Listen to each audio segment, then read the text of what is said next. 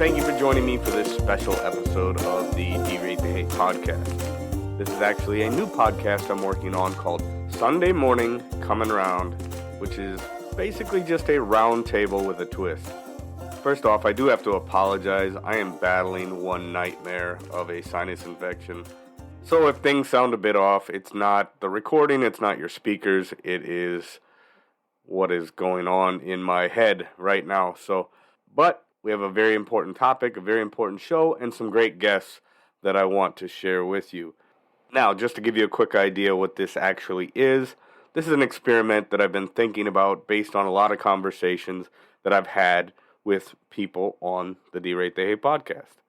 Many of my guests have alluded to or outright expressed that one of the greatest problems we face in today's toxic interactional climate is people's inability to understand or unwillingness to understand not only the opposing side's point of view, but also to see the humanity in the person or persons expressing that point of view. So what I wanted to do is I wanted to put together a round table that does just that. It allows people to speak and be heard rather than two opposing points of view just speaking past each other and nobody ever being understood. So with that, I would greatly appreciate you listening to the pilot episode of Sunday Morning Comin Round. And here we go. Hello, friends, and welcome guests. I'm your host, Wilk, of the Derate the Hate podcast. And I'm joined for this pilot episode of the Sunday Morning Comin Round podcast by my co-host and counterpart, Randy Liaz, part of the Braver Angels organization. Randy, say hello to the guests. Hey everyone. Hey Wilk, I'm so glad to be here and to join you for this conversation, which I'm sure is going to be really fascinating. Thank you, Randy. So our conversation for this initial Sunday Morning Comin Round podcast is pro-Second Amendment versus those that represent a enhanced gun safety type of mindset. So I just want everybody to understand this is not a debate, but rather an exercise in understanding each other and reaching a point of mutual clarity and looking for clarity and finding the humanity in the other side of the position, not necessarily agreement. So our guests today, from the pro-Second Amendment perspective, we are joined by Paul Norris. Paul, say hello. And David Iwinski. David, introduce yourself, please, for the guests. I am a pro-Second Amendment advocate.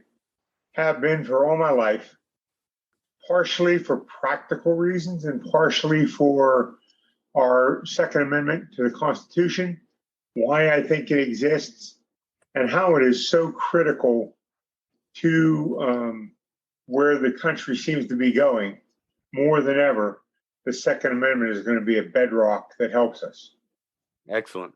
Well, thank you, David. But Wilk, right. I didn't quite get my cue that I was supposed to introduce myself. So, I'm sorry, Paul. Paul, if you want to introduce yourself. Yeah, so I've been a gun owner since I was 10 years old. I was taught gun safety in the Boy Scouts. I've owned guns almost continuously since then. I'm a gun safety instructor with a whole bunch of ratings. Career-wise, I worked in tech for 30 years. And I became a counselor as a post-retirement career. And I would say that I live in California in a very progressive area. Okay. Well, thank you very much for that introduction of yourself, Paul. Now, representing the enhanced gun safety measure side of the topic for this episode, we will first talk with Mark Beckwith. Mark, say hello to the DTH listeners. Introduce yourself. Hi, my name is Mark Beckwith. I live in Jaffrey, New Hampshire. I'm a retired bishop in the Episcopal Church, where I served in Newark, New Jersey for 12 years. And I came into, as Wilk indicated, enhanced gun safety after the Newtown shootings in 2012, 9 years ago this week, and helped form an organization called Bishops United Against Gun Violence, and have been working with that group ever since. In my retirement, I'm the bishop liaison, so I consult, build relationships with other faith leaders, other people working in the gun violence prevention space. And how we use language, I think, is critical in how we proceed in having this discussion with one another. So glad to be here. Welcome, Mark. Thank you very much. And his partner in this conversation is going to be James Curry. James, thank you for joining us. Please introduce yourself. Hi, I'm Jim Curry. I also am a retired bishop in the Episcopal Church. I served 14 years as a bishop in Connecticut. And in retirement, I've also been very active and one of the founders of Bishops United Against Gun Violence. And in retirement, I've helped to found a group called Swords to Plowshares Northeast, where we work with municipalities and police departments to sponsor buybacks and invite people to give up unwanted and unsafely stored guns. We make them into gardening tools and work with communities all through the Northeast to talk about the choice that we have about the guns we have in our homes. Well, very good. Thank you very much, James, for joining us for this conversation. I think it's incredibly important, and I'm looking forward to learning a lot here today. Now, Randy, as I said, Randy Liaz, he's my counterpart in this conversation. He's helping to bring the questions for our guests.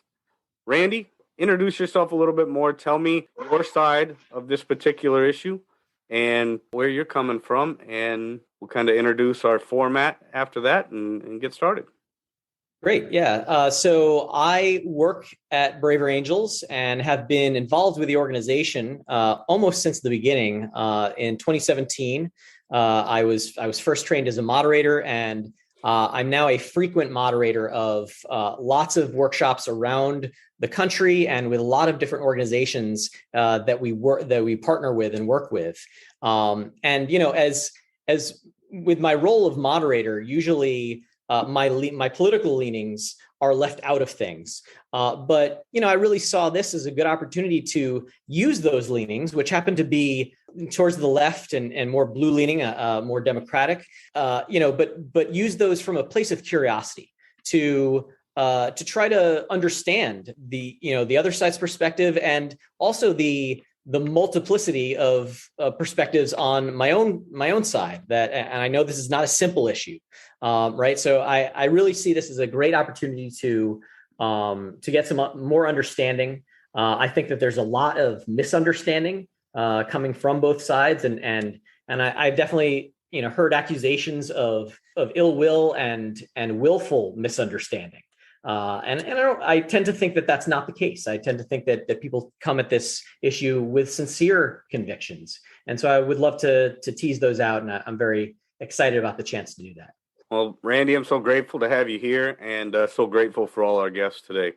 What I'm going to do is I will just tell you that me personally, most of the Derate the Hate listeners obviously know more about me. I am somebody who has grown up my whole life around guns. Similar to Paul and David, I've been around guns my whole life. I've always advocated for the idea of gun ownership. I don't think that there's been a period in my life where I haven't lived in a home that had a gun in it, except for when I was in the service. The important point for me in this, and the goal in this exercise, is to bring together people of differing mindsets and find that understanding. Find the humanity in both sides of the issue. And the way that we're going to do that is, again, I want to reiterate the idea that this is not a debate, but both Randy and I will lead off with a question. We will start by flipping a coin to determine which side of the topic is going to go first. We will present a question for that side to loosely steer the conversation. And that side will then have 10 minutes to articulate their position on their side of the topic. Then, after that 10 minutes is up, the other side will have a 10-minute period to articulate their side of the position based on the next question that Randy and I have prepared for that side of the topic. Now, with that said, it's not necessarily a response to the other side, again, because it's not a debate, but it's just for them to articulate their position from their perspective and make it known what their position is without having to try to combat the other side. Now, with that being said, we then will have a brief period where Randy and I will give our takeaways from both conversations, and everybody on the panel will have an opportunity to ask any questions for points of clarification or better understanding of the other side. After that, we will allow each side to then articulate the other side's position in a way that the other side agrees with. So not necessarily your average roundtable, but something I think that is going to be very interesting, very constructive, and do great things for just clarity and understanding amongst people of differing opinions and differing mindsets. So with that, we'll get going. I'm going to grab a coin here. And Randy, you call it. Tails. It is heads. All right. So with it being heads, I think I'll go ahead and start with our friends from the enhanced gun safety measures side of the issue. And Randy, why don't you go ahead and lead off with your question? I will follow up with my question for Mark and Jim. Great. Yeah. Thanks so much. So in preparing for this call, I was doing a little bit of research, and one thing that I found so interesting was, domestic violence is a really strong predictor of gun violence, and who might commit that from what I have read. And also, I've read that domestic dispute calls make up 41% of the fatal police calls that happen in this country, but that law enforcement often seems reluctant to confiscate guns, even from those who might be legally barred from owning them, including those who might have domestic violence records. And so my question for the left-leaning folks on this call is, in terms of the focus that you think is most important regarding this issue, do you think it might be more important to focus on gun laws themselves, including laws on gun safety, which I know that you guys have articulated is very important to you, or is it more a stronger enforcement of existing laws that you think should take priority and really be the focus on this issue? Just to follow up, I think that's a great question, Randy. And then I know a lot of folks on the left clamor for gun confiscation and different ways of taking guns out of the hands of criminals. But oftentimes there's not a good definition of how that can be done without taking guns away from those people who lawfully own firearms. So if it's a gun supply issue, as many those on the left say, if it's a gun supply issue, what policies or what does it look like from your perspective on how we could square the gun supply issue with making sure those lawfully owned guns and lawfully owned firearms to protect themselves? What would that look like from your perspective? So with that information, gentlemen, I'm going to start a timer, and you are welcome to have your 10 minutes. Thank you. I'll get started and ask that we be introduced as people who are interested in enhanced gun safety, which I think is something that we all can embrace on both sides of the issue. And I was introduced to this, maybe 10 years ago, when I used the term gun control with somebody who had been working in the field for a long, long time. And he stopped me and he said, please don't use that term. Please don't use that term. Please use gun safety, because as soon as you use gun control, it separates people into opposite sides of the room, and conversation is not able to happen. This is someone whose brother was an FBI agent, and I can't remember what year it was, 25 years ago or so. Somebody came into an FBI office in Washington, D.C. and killed 4 agents, his brother being among them. And that galvanized his life and framed how he has proceeded his work in life, which is to advocate for gun safety. So I think that's a key piece. And when we start talking about the Second Amendment, I tend to try and reframe it as not a Second Amendment issue, but a public health issue. Nearly 40,000 people are killed by guns every year. More than half of them are due to gun suicides. And there are movements around the country, starting in New Hampshire, and now it's moved to other states around the country to get gun owners and gun violence prevention people working together, because it's in everybody's self-interest to reduce the incidence of suicide. So have been working at that in a very concerted way, and that is one place where I have found that people on both sides of the issue can work together. I'll give some space over to Jim to talk about his perspective.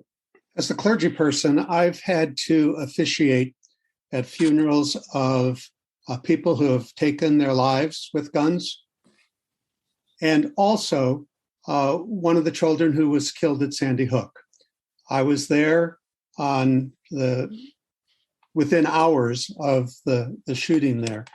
That has a major effect on me personally in terms of the kind of rippling effect that gun violence has on families, communities, first responders, police, teachers, and in the case of Sandy Hook, other children. So I tend to look at this issue as an issue of quelling the violence and engaging conversation, not about taking guns away. I'm not interested in that at all. But I want people to understand that if they have guns in their homes, then safety has to be paramount. The safety of vulnerable adults, and certainly the safety of our children. Over and over again in Connecticut and in other states, people who do not store their guns safely, the situation makes it possible for people to use those guns for violence against themselves and accidents against others. When you talk about the question of laws being enforced, or we need more laws, I think one of the things we need to do, and this we certainly do this as we work with police departments here in Connecticut, is to have the conversation with frontline folk about what it means to go into a situation where a gun is possibly used against them. We had a situation in New Haven just a few months ago where police went in for a drug bust of a couple. The 2-year-old child of that couple took their unsafely stored gun and pointed it toward the police. Thank God they were trained in de-escalation, and that child wasn't hurt, nor were the police. But it was a situation where obviously people were breaking the law and the police were vulnerable. Conversations across the community between police and others in the community are absolutely important. As you said, well, one of the questions is, how do you enforce the laws? And that's a tough position for police to be in. One of the things I work on is Swords to Plowshares, where we invite people to come to a gathering, a gun buyback. We give compensation for people who want to turn in their guns. We also make available locks and safes for gun owners who want to keep their guns and to make sure that the situation is safe for the whole household. Back to you, Mark. Yeah, one of the things I did a couple of years ago, and I've done it regularly ever since, is I went to a gun show. I'm not a gun owner. I last shot a gun when I was a Boy Scout at age 12. I can't remember what my score was. I wasn't very good, but I went to a gun show and spent a lot of time listening to the conversation. And in many ways, it was language that I didn't understand. And what it revealed to me, oh my God, this is a culture that is endemic to America, and I don't know that culture. And so many of us on the gun safety side proceed in our positions with arrogance, self-righteousness, and shame.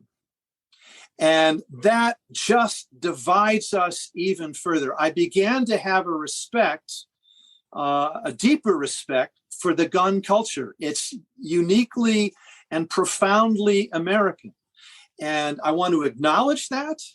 Yet at the same time, as things get more and more difficult, we get more polarized in the country, gun purchases have skyrocketed, which means that there are more and more guns in people's homes that are not safely stored. The data suggests that there are 4.5 million households with children who are living in houses with unsafe guns storage. That's an accident waiting to happen. And so what's hard for me, and I think for our side, is to raise these issues in a way that the other side can hear it and not hear this implicit arrogance, shaming, and self-righteousness that comes along with it. And I've been working hard to try and train people who have a similar perspective as I do to check themselves, and to let's have a conversation here. This, to my mind, is a public health crisis. When we start devolving to the Second Amendment, then it becomes a very difficult conversation because people get locked in. And my experience is it's very hard for one side or the other to listen. But we're in a public health crisis now. Mark, can you talk a little bit about what it means to be a public health crisis? Public health crisis is that, that gun deaths have escalated over the past 10 years. It was when we did a witness in the Episcopal Church 5 years ago, the annual gun death rate was $30,000 a year. We're at $30,000 a year. Now we're at $40,000. That's a crisis. That's a crisis. And that doesn't include the number of people who are injured by guns. And as Jim said, when there is a gun shooting, there's the person who either gets injured or loses their life, but it ripples out into the community and creates a level of trauma that is hard to deal with because we spend all our time arguing about whether we can have a gun or not. Can we work together to try and make our communities safer? One way to do that is to approach gun manufacturers who have a vested interest in selling more guns. Can we ask gun manufacturers to invest in the communities where there is gun violence? We did this 30 years ago with banks, with the Community Reinvestment Act, asking banks to invest in the communities where they were. We can do that with gun manufacturers. I just was given the sign. So more to be said. Thank you. So great, gentlemen. Thank you very, very much. And Randy, I'll turn it over to you. Give me your main takeaway from Mark and Jim's conversation.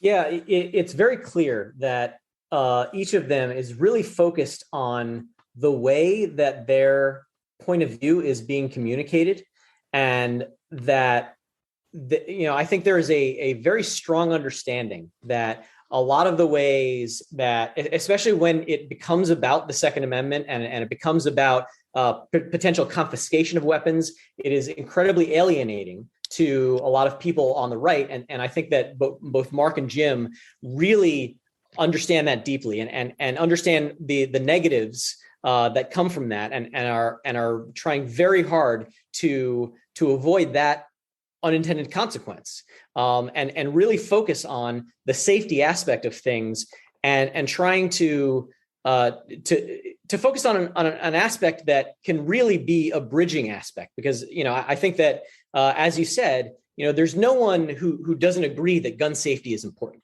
right? And right. So to hear them frame it that way, I think it's very effective. I think it's very effective as well. I have to echo pretty much everything you just said. It's a very, very strong way to come at the conversation when you talk about it from a gun safety issue. I only associate, when it comes to guns, with those who are responsible with guns. I do not have any desire to be around people who are unsafe with guns, again, because I've been around guns my whole life. I've seen the catastrophic effects of unsafe gun use, and to come at it from a safety perspective really makes a lot of sense.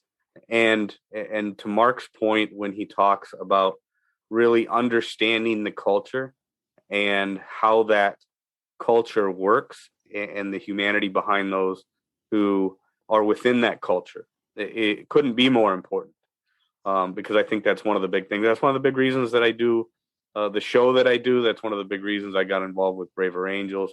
And it's the primary reason that I am doing this Sunday morning coming around roundtable. There's a quote by Henry Ford that I liked a lot. It says, if there is any one secret to success, it lies in the ability to get the other person's point of view and see things from that person's angle as well as from your own. Finding the humanity in both sides of the issue and having a civil conversation is incredibly important, which again is why we're all here today. And I want to thank you for that. Mark and Jim, thank you for your 10 minutes. Now I will turn it over to Randy again. And what is your question, Randy, for Paul and David?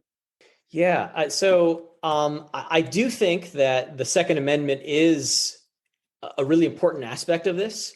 And so, just to quote it really quickly, a well-regulated militia being necessary to the security of a free state, the right of the people to keep and bear arms shall not be infringed. Now, the grammar of that sentence is interesting, and I think often leads to disagreement between the two sides, especially with regards to linking the two halves of that. And some people on the left say, well, is the right of the people to keep and bear arms totally related to the need for a well-regulated militia and things of that sort. And obviously time has changed between when the Second Amendment was written and the society in which we live.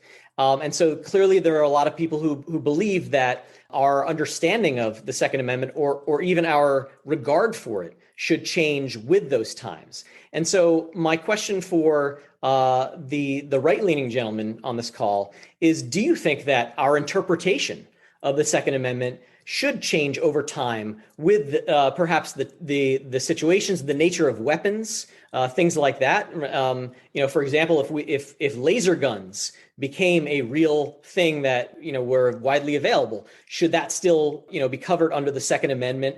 We know that some weapons are not widely available to the general public. So I guess my general question is, how should the Second Amendment be interpreted, perhaps over time? Should there be any shifting, any evolution of that? And then my question for you gentlemen is, until the onset of the pandemic, violent crime in the U.S. had been steadily declining since the early 1990s. Talk about private gun ownership and the Second Amendment's role in that decline of violent crime since the early 90s, and the rapid uptick in the first-time gun ownership buyers. First-time gun ownership has drastically increased, just as Mark alluded to in his part of the conversation. Has since the onset of this pandemic, first-time gun ownership has increased wildly. Also, the amount of violent crime has upticked wildly since the onset of the pandemic. So square the Second Amendment and its role in how that violent crime had been decreasing since the early 90s, And what is your take on the uptick in gun ownership in the past 18, 20 months since the onset of the pandemic? Thank you. Well, I suspect both David and I are chomping at the bit right now. David, I wonder if you'd let me go first. Please go first. So I want to tell you a personal story. And part of the idea is I want to kind of tamp down a little bit of the tension that I'm feeling right now by telling a personal story. So, about the 1990s, I happened to have some time because of, what was going on in my life. And I have this guy who's been my best friend since high school. And interestingly enough, most of that time we've been on opposite sides of the political spectrum, although we've swapped sides. So it started out, that I was, libertarian, and he was very, very deeply conservative. He belonged to YAF, for gosh sakes. Anyway, so that switched. And in about the 1990s, I was still probably on the liberal side and, a gun owner. And he started telling me, he's a doctor, by the way, a medical doctor. He started telling me about all these stories about, the studies that were showing how gun ownership is just horrible. And we just got to get rid of all these frickin' guns. And so, I actually could have been persuaded by that. But I spent a lot of time really looking at those studies and really coming to understand them. And I came to understand that, I will say from my perspective, every single one of them did one of two things. They were either cherry picking the data, only choosing that data which supported their arguments, setting aside that which did not, or they were so grossly misinterpreting the results that there was a hole that you could just drive a truck through. And that was my experience at the time, and that reaffirmed my commitment to gun ownership. He still doesn't agree with me. I doubt that he ever will, even though he does own a shotgun hidden in the rafters of his garage so that the family doesn't know about it. But he and I went on a trip through the Northwest, and I have a concealed carry permit that is no good where I live, but it's good in most of the United States. And so we took two guns on that trip, one rifle and a small handgun that I was carrying all the time in the states where I could legally do it, because in some of them I could not. And he was fine with that, and because basically he trusts me with a gun, as does one of my former therapists who said, yeah, you're one of the people who should have a gun. But of course, I cannot carry a gun because of where I live. But so, I just want to point that out. And why am I saying this? Because I've really looked at the studies. I really question the medical model approach. I totally question that, because the medical model only sees the harm that guns do. And anytime somebody uses a gun in self-defense, and we understand from criminology studies that most of the time a citizen is under threat, an honest citizen, they produce a gun, bad guy goes away. The medical model does not see that. It is completely invisible to it. The medical model only sees the bodies and the holes. And and it doesn't distinguish whether it's the person who initiated the conflict or whether it's the person who was a victim. So I just want to say, I believe in the criminological approach, which looks at the whole thing and everything that happens, not the medical model.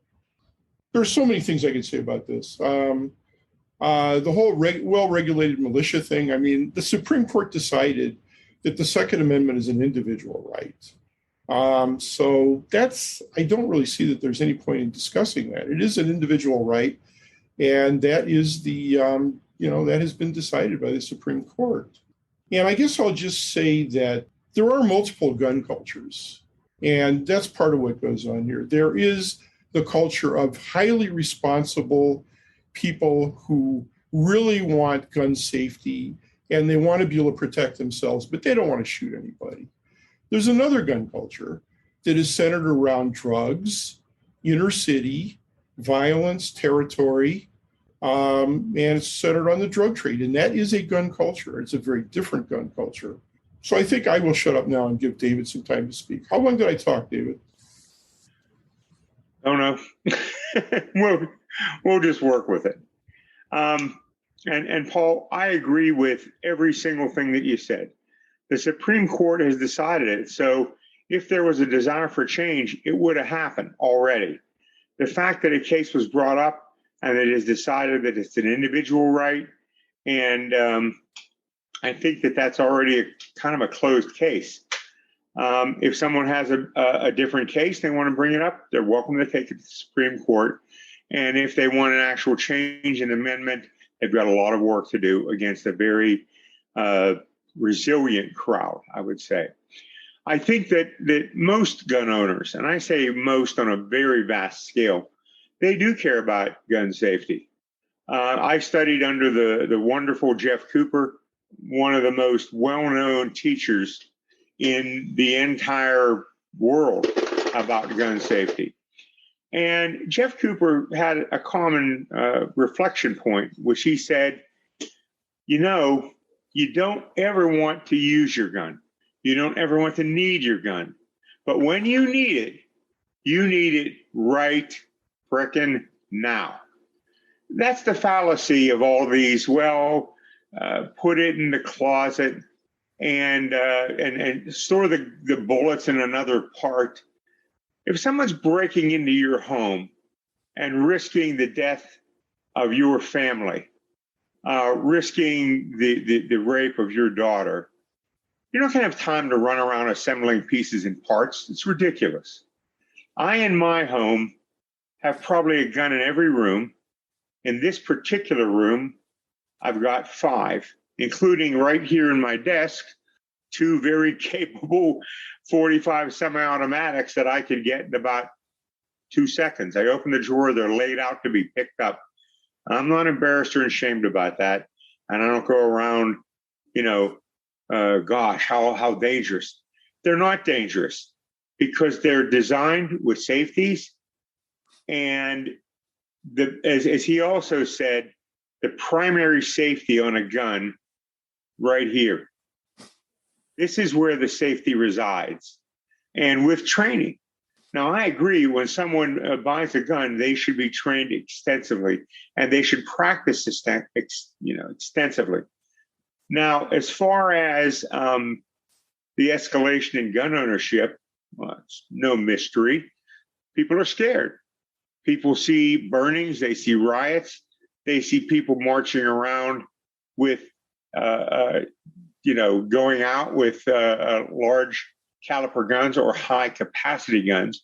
Of course, virtually none of these guns are the common language of, full automatics. In field use, that virtually never applies.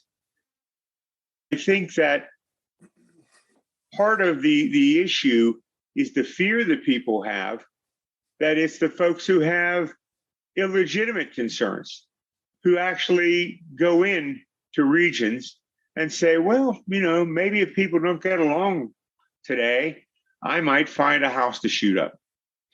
They have every legal right, rational right, but they don't want it to be their house. And on the intention of the Second Amendment's purpose, they weren't writing that in a time that said, let's protect shooting, beasts, and let's protect deer shooting, let's protect Olympic shooting, let's protect. They were saying firmly that they wanted citizens, and it's right there in the Declaration of Independence and in the Constitution. The Declaration of Independence, it says, if you do not govern yourselves well, it is your right to alter or abolish it. It's the citizen's right. So I know this is probably a shocking way to say it, but it's been said in Congress in response to these questions. It is your obligation that if the government does not treat itself with appropriate guidance, it is the people's right to alter or abolish said government, take these folks and change it themselves. So again, it's been said in Congress, but it's the right to hunt government if government abuses its policy. There are a lot of people that don't trust government. I'm one of them. And I think we have to better government and, moreover, help us talk together to find out why we believe that. Yep. Well, thank you guys very much for your perspective. Randy, your main takeaway from Paul and David's input. Yeah. So I think it's very notable and apparent that there is a lot of sensitivity towards questioning the Second Amendment and questioning an interpretation of the Second Amendment that seeks to reframe it as a militia-focused aspect of our Constitution, rather than an individually focused aspect, right? So I heard that very strongly, that the Supreme Court has weighed in and said this is an individual right, and that cannot be ignored, cannot be dismissed, and that individual gun owners should perpetually have that right. So I hear that very strongly, and also that there seems to be a fear that a lot of people who on the other side are willfully misreading statistics to conform to their view of the world. And I think that, I think I understand that perspective, because there is so much confusion around gun violence statistics that there's not a lot of great data. And I know that in the absence of really strong data, people can very easily willfully misinterpret data that they find. So I definitely hear that concern, and I hear the concern with taking away people's ability to defend themselves. This stuff these arguments don't necessarily fully appeal to me. I still have issues with the things that I hear, but those are the principles that I heard being really reflected there. Certainly. I would go to the point, both Paul and David spoke about our right as individuals, as individual citizens to own guns. Heller upheld that. In the Supreme Court, David also talked about a new amendment to the Constitution, or repealing the Second Amendment as something that would be an awfully tough row to hoe for anybody. It's never had, since the inception of this country, enough public support to do such a thing. I think that I interrupt you, Wilk. Yes. Where does that come from? Revoking the Second Amendment? I don't hear that anywhere. No, and that's not certainly nothing that came up in your part of the conversation or anything. But there are people on the left who have called for gun confiscation and stuff like that. So I think it's a general statement that is a legitimate fear on the part of many on the right. While it's not a part of this could I perhaps clarify that? Yeah, point of clarification. Sure, Paul, go ahead. I think what I see is so much harassment that the right becomes essentially meaningless. And California is well on the way to accomplishing that. Well, it seems to me that one of the challenges that we have is to address the sense that the data bears out that many gun owners fear that somebody's want to take away their guns, and that's a non-starter. Because it's just not going to happen. Fly. It's just not going to happen. It contravenes what we've been as an American culture. But that said, I mean, I think the fear is that among gun rights folks, that some guns will be taken away from all people, I think we could all agree that all guns should be taken away from some people. I can agree with that. And I think most people, and I think most that's legitimate. something that we need to work on. And Yep. to that point, Dylan Roof, who shot up and killed 9 people at the church in Charleston, he went to buy a gun. They did a background check. They didn't complete it in 3 days. It's called the Charleston loophole. Because they didn't complete it in 3 days, they were obligated to sell him a gun. If that time frame had been a little bit longer, they would have found out that he was an inappropriate person to sell a gun to. And those are some of the legislative actions that I think we want to take to help make people safer. So I just want to point out we're totally breaking protocol here. Right. And if one side gets away from breaking protocol, guess what the other side wants to do? Right. So why don't we stick to the protocol? Yep. If we can get back to our format here real quick. So going back to my feedback on Paul and David's part of the conversation, I think it's very legitimate what Paul said as far as, his inability to have a gun where he lives or carry a gun where he lives to keep him and his family safe the way that he would like to, the way that the Second Amendment provides for. And I think that's unfortunate. I also think it's very important, the points that David made, the safety measures put in place, and the number one safety measure being his brain or any individual gun owner's brain, and the safety protocols that they put in place. I think that jives very well with what Jim and Mark were saying. Now, we got a little bit sidetracked there, and that's to be expected, especially for the first go round with what we're trying to do here. I do want to try and get us back on format, and if there is any point of clarification, just simply based on anything that anybody on the panel said, if there's anything that anybody has for a point of clarification or better understanding, if you could please ask that question to whoever it is that you'd like that clarity and understanding from.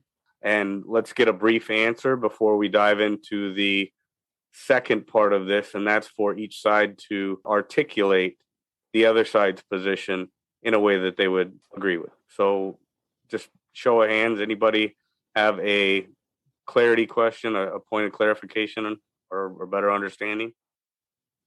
Yeah, I do. Okay, Mark. Paul, you mentioned the medical model approach. I was talking about public health. Do you see those as one and the same? Because I'm not sure that I do, but help me out with that. I absolutely see them as one and the same. Okay. My experience is that doctors hate and fear guns. And so when doctors do research, it almost ends up being biased. So yeah, the public health model is done by doctors. The CDC was the creator of a whole lot of the first round of really bad gun research. Mm-hmm. Yep. Thank you for that clarification. Anybody else with a question for clarification? All I will. Actually, well, can I just pitch in? I feel like, I don't know if, and I'm threatening to break format myself here, but I'm aware of it. I just noticed, that we were getting off to a place where we could have found common ground. Mm-hmm. And I think something happened where that went away. Okay. And I just want to notice that here. I was hearing a lot of things that I could really agree with. And, somehow we've gotten off track from that. So I guess I just want to make that observation. Okay. And I would love to, after the show, I would love and everybody's feedback on how we could have done things better, because this is, as I stated, an experiment and something that I want to make better, or very much, a better way to communicate, and a great thing that we can all be part of going forward. So thank you for that, Paul, and I would love to get some more feedback on that after the fact. So, Randy, which side should we have or articulate first what the opposing position is, and Would you like to go forward? Yeah, I suppose it perhaps makes sense because the Reds just got to kind of articulate their position, that the Blues could follow that. They get the next chance to speak and try to articulate what they heard from the Red position. Very well, Jim and Mark, if you got the floor for 10 minutes, if you could basically articulate what you heard from Paul and David. I heard that responsible gun owners are responsible and take a whole lot of pride in that sense, and a whole lot of anger when it's when that responsibility is degraded or somehow said to be not sincere, or the laws are up against it. I also heard, as we talk about going back to a sort of original understanding of Constitution, I heard that one of the reasons for gun ownership is protection against tyranny of either the majority or the government. And I've heard this before.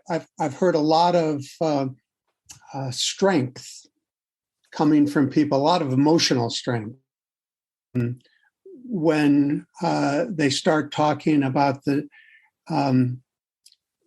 sense that we need to protect ourselves from government. So I'll stop there and let Mark go on, and I can say more later. I heard both Paul and David say that that gun ownership is an individual right, and from their perspective, the Supreme Court has settled that.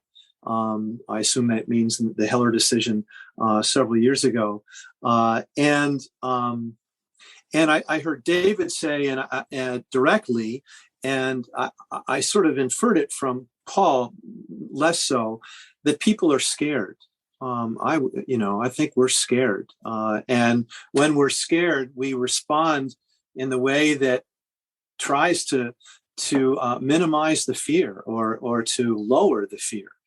And what I heard from them in that environment, if things are escalating in terms of fear and disagreement, that it's important to have weapons at one's disposal to respond to an assault, an invasion, a challenge that maybe feel life-threatening. So the notion that the gun is what I heard is that the gun is an implement that can lower fear. I heard too that there are a lot of different gun cultures, and I think that's an extremely important point that I'd like to talk more about if we have time. All right. I believe, that obviously doesn't, it probably will not take 10 minutes. This is probably one of the learning curve parts of doing our first show, but for each side to articulate the side of the other. So I would now ask, if we could, that Paul and David, if you could give your interpretation of what Jim and Mark said in a way that articulates their position in a way that they would agree with. Yeah, let me jump in on this, and D-Wink, set me straight if I go wrong. So I heard Mark say that he wants to reframe this as a public health issue because the terminology gun control separates people. Very concerned about deaths by suicide, where the gun is the instrument. and also really interested in getting gun owners and the prevention people together, wanting to have both sides be able to work together. Jim talked about officiating at funerals of people who had taken their lives with guns. Also, somebody who had been murdered. Maybe more people have been murdered by guns, particularly like I think a student at Sandy Hook. He's interested in the effect gun violence has on police, teachers, families. He sees this as an issue of quelling the violence. So not about taking away guns, but he wants people to understand that if people have guns in their homes, safety has to be paramount. And he's very concerned that a lot of people do not store their guns safely. And he's part of this organization that makes available gun locks and safes, and also invites people to turn guns in. Mark made a really great point, I thought, and I'm editorializing here a little bit, but that he had gone to a gun show and realized that there was a language there that he didn't understand and was really interested in learning that language. Mentioned something that I found very touching, that people who are against gun ownership or very concerned about it often approach it with arrogance, self-righteousness, and shame, and that perhaps a deeper respect for the gun culture would be very, very valuable.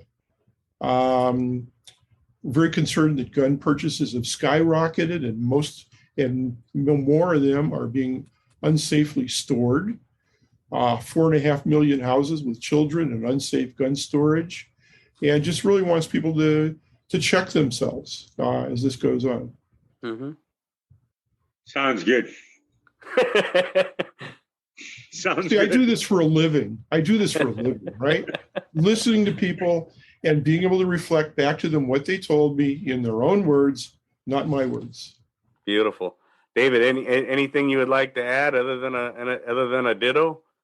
Well, it strikes me that one of the ways that might be acceptable to both sides, and that might be something that helps us come together, is that since some of the folks with an opposing view acknowledge this medical issue, right? Mm-hmm. That maybe some of this is mischaracterized. A lot of gun owners do. They think it's focused on the implement, not the psychology of the user. Mm-hmm. I think if this were turned into what someone has mentioned, I think it was Paul, a criminology violence study, right, with data, that what you get out of it is something that studies the criminal aspect. Right. Hey, David, I'm gonna have you hold that thought for 1 second, if you could. We're gonna do basically around the horn with final takeaways real quick. I just before we do that part, I just want to see. I just want to go around the board here real quick and find out from each person. First, I'll ask Randy, my co-host in this episode. Do you feel that we had each side effectively make their point and then articulate the other side's position? Yeah, absolutely. Do you want me to comment a little more extensively, or how would you? You can. I'm just going to go around real quick and just get each person's perspective, and then we'll do a full round the horn with final takeaways from everybody. Yeah. So I guess in terms of how I experienced hearing each side kind of encapsulate the other side, I think perhaps the difference in what I heard was that I think I heard Mark and Jim give kind of a higher level overview and the aspects that I think that they had internalized in terms of the actual the totality of the view and the theme, the tone of the view that they were hearing from the Reds. And obviously, Paul, got to more extensively comment on what he had heard from Mark and Jim. And what I heard from him was very focused on the details of what Mark and Jim were saying about their positions, right? And so, you could tell he was very meticulous in his note taking, right? And I can see that Paul really wants to understand the finer points of the way that Mark and Jim understand the world, and including their model of looking at statistics and kind of putting a frame upon the challenge that faces us. Great. All right. Very good. So now what I'm going to do is just ask that everybody take a couple minutes. Jim, how do you feel about what we were able to do here today? What are your final takeaways from our experiment in understanding? Again, it's more about clarity than agreement. I think we have a lot we can agree upon. I think everybody was very clear in what they had to say, and I would like to get everybody's point or everybody's final takeaways from what we saw today. So Jim, take it away. Give us a couple minute commentary on how you felt things went, and if you think we accomplished what we wanted to accomplish here today. Well, first of all, I want to thank everybody. The setting this up for me as red-blue doesn't quite do it. And I had hoped, and it's the next section of our conversation, to talk back and forth a little bit. Because it goes back to what Paul had said earlier. There was a moment he thought that we had a whole lot of space in which we could find agreement and the sense of humanity and humility in the other. But we didn't go far enough into that. And I'd still like to, because basically because I can see that other side's argument. And I share some of it. So okay. The sense of polar opposites didn't happen for me the way it seems to be set up in the red-blue kind of definition. Very valid. I definitely agree with what you're saying, Mark. How? What are your thoughts?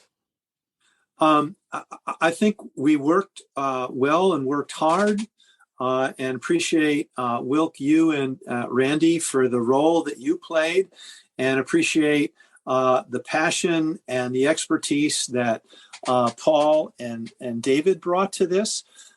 I felt it, and at one point, as he began speaking, Paul said it, of feeling energized. I can get into the polarity, and when I get there, it hits my ego, and that's not always the best place to engage in conversation. And I agree with Jim to acknowledge that we often go to those places. I go to that place, but it's possible to go beneath that to the humility and the mutual respect and the listening. And the polarity that I think that Jim referred to sometimes gets in the way, because I then feel at some deep level obligated to defend my side. Well, my side is not one valence. It's got many layers to it. And I like to get to that deeper level where I think we have common space and common agreement. Very good. David, let's go to you next. What's your final takeaway, and how are you feeling about what we were able to do here today? Well, as a first effort, I think it was actually pretty good. And I know that as I listen to it tomorrow, I'll be a little, not sure I wanted to say that. But it really got a chance to get some very different perspectives out. And I know from a red and a passionate red that so often I walk away from these conversations feeling that there was no progress, that they're just there was no listening for it. And it's very frustrating because it's very often you think that when you're trying to make common sense, what you think are common sense points, that they're taken as if, yeah, well, but you were responsible for Sandy Hook. And that infuriates me. Mm-hmm. I think tonight's conversation went much further, obviously a lot further, in the listening. And I think to the extent that that can be drawn, there's been some progress made for sure. Very good. I like to hear that. I like to hear that for sure. Paul, what's your final takeaway, and how did you feel about what we've been able to do here today? I will admit, part of my emotional investment in this is my experience of the growing harassment against gun owners in California. And I have personally experienced, I feel this, and to the point where the right is increasingly becoming meaningless. And so I really feel that, and that's particularly happened over, say, the last 3 or 4 or 5 years. So that affects my emotional valence in this discussion. Wilk, I think you picked the toughest topic you possibly could. I really do, with the possible exception of abortion. But it's just about the toughest topic to get people to find common ground. And I feel like we just scratched the surface. And I do feel like another conversation could take place with Jim and Mark, where I think, we could really end up feeling good about it and feel like we had come to an enormous amount of agreement. I mean, I completely agree that irresponsible people should not have access to guns. I believe that guns should be stored safely if that does not interfere with the right of self-defense, and that even there's a balance. So, I think we could find a lot of points of agreement. And somehow we got off the rails and that didn't happen. So maybe you ought to try to set up a follow-up on this, Wilk. Just a thought.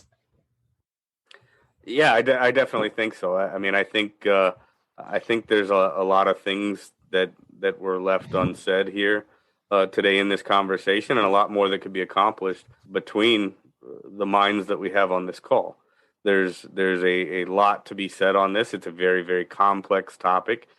People have been discussing this and debating this and mulling this over for, hundreds of years. And I really like what we've been able to do. I like the panel that we've got here today. I think there's definitely room for common ground, and I think there's a lot of things that we would disagree with. Let me hear, Randy. What's your feedback on what we just heard from around the table?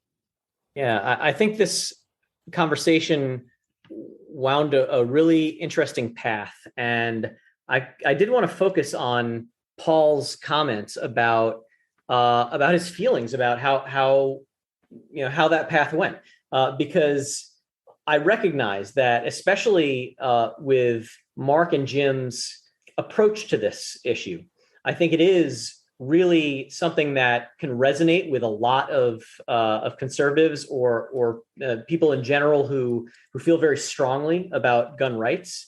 And so I think that that their involvement in it, set up a really productive conversation. And I really appreciate that. And I know that Paul felt that, and that he expressed his appreciation for that.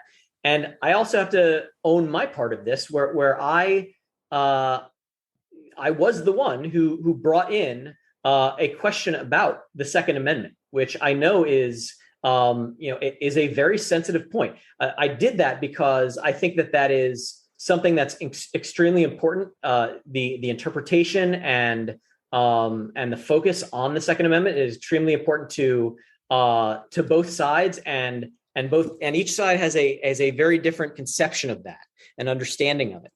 So I did want to focus on that, but I understand how it shifted the tone of the conversation, and that it brought it away from perhaps some of the common ground that could have been set up in the focus on safety itself, right? So I think that this group is a really fertile ground to explore that common ground in terms of safety, and to really make some progress and see how that message about safety can appeal very much to both sides. And I even saw that when I had mentioned, when I had said the red or the blue side, I think I saw the expression on Jim's face that said to me that was not the framing that he was really looking for on this, right? And I understand that, and I think coming into this, I had a bit of a different understanding that each side would be more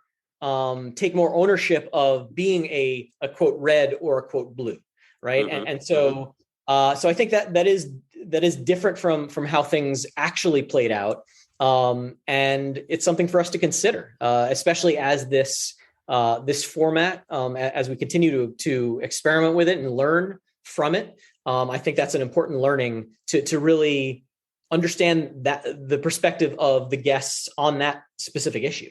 Very good points. Very good points, Randy, and I couldn't agree with you more.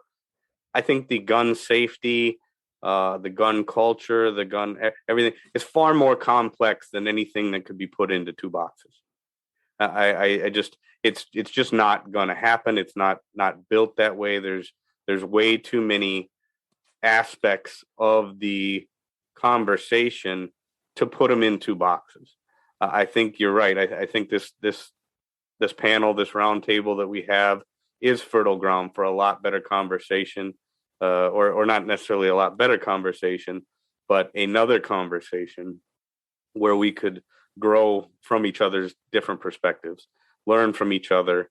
And I think the big thing that I wanted to see today was that everybody found the humanity in the other side's position. That I think we accomplished. I think there is a lot more that we can accomplish.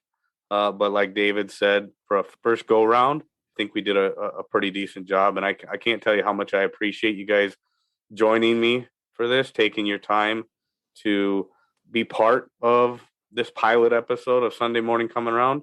I definitely think it's something that I want to continue. And I think it's something that I definitely want to do a follow-up episode of this. I would love to get more accomplished based on what we started here. So to respond to that, yes, absolutely, Mark, go ahead. Will, this is an offer, not a challenge. I'd be willing to do that. Nice. This was the idea of it, and we got somewhere. We have a long way to go, and I think I have a desire to do that, and I sense it from others as well. And I really admire the courage that you have taken to do this. Well, thank you very much. I came up with this idea based on several conversations I've had with people on the Derate the Hate podcast. And you talked about Dylan Roof. I spoke with Chris Singleton a couple weeks ago. His mother was one of the 9 people praying in the Mother Emanuel Church in Charleston, South Carolina, that was murdered by Dylan Roof. I've spoke with any number of people on any number of things.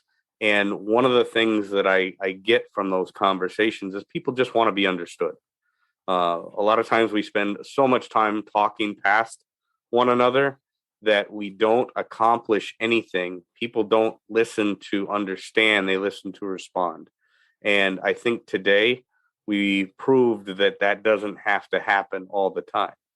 And I think there's ways that we can grow and make this Sunday Morning Comin Round show and round table better. And I know that I've learned a lot from it. And each time I do things like this, I learn more because of great people like you. So thank you very much for that. And anything else before we wrap things up and say goodbye? I hope you feel better, Will. Hope you feel absolutely. better. Blessings. Thank you very much. Thank you. Bye-bye. Friends, there was so much great content in that conversation and so many more things that could be said.